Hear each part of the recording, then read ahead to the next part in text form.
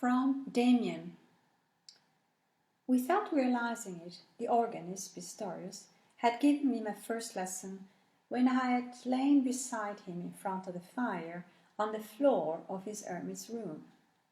Staring into the fire had done me good. It had strengthened and confirmed certain predispositions which I had always possessed but never cultivated. Gradually I was beginning to understand them.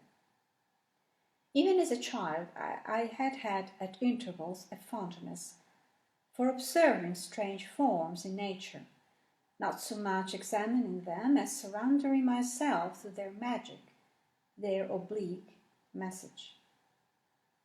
Long tree roots, colored veins in rock, patches of oil floating on water, flows in glass. All such things had a certain fascination for me. Above all, water and fire, smoke, clouds, dust, and especially the swirling specks of color which swam before my closed eyes.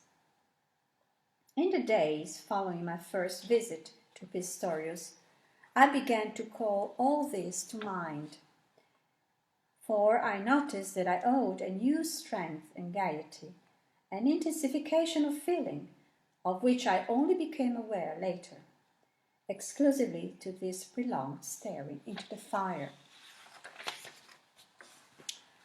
I found it remarkably comforting and rewarding. To the few experiences which I had so far discovered on the road to my goal was now added this new one. The consideration of such images as I have mentioned, the surrender to odd, irrational forms in nature, produces in us a sense of the harmony of our inner being, with a will which has been responsible for these shapes. Soon we become aware of the temptation to think of them as being our own moods, our own creations.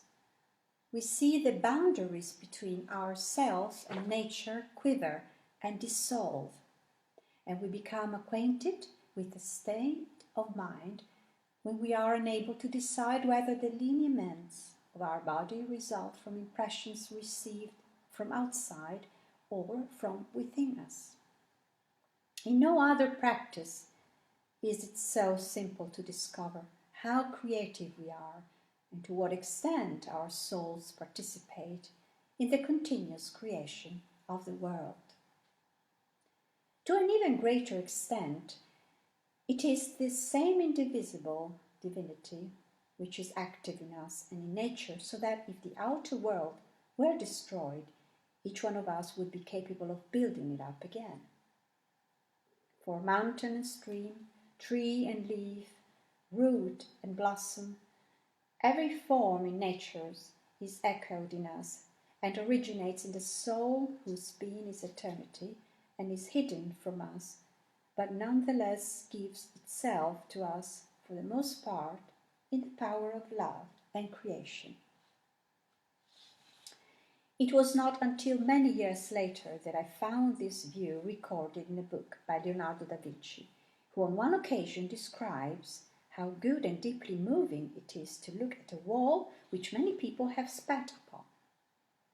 Confronted with each stain on the wet wall, he must have felt the same as Pistorius and I did in front of the fire. At our next meeting, the organist offered an explanation. We always set too narrow limits on our personalities. We count as ours merely what we experience differently as individuals or recognize as being divergent. Yet we consist of the whole existence of the world. Each one of us, just as our body bears in it the various stages of our evolution, back to the fish and farther back still, we have in our soul everything that has ever existed in the human mind.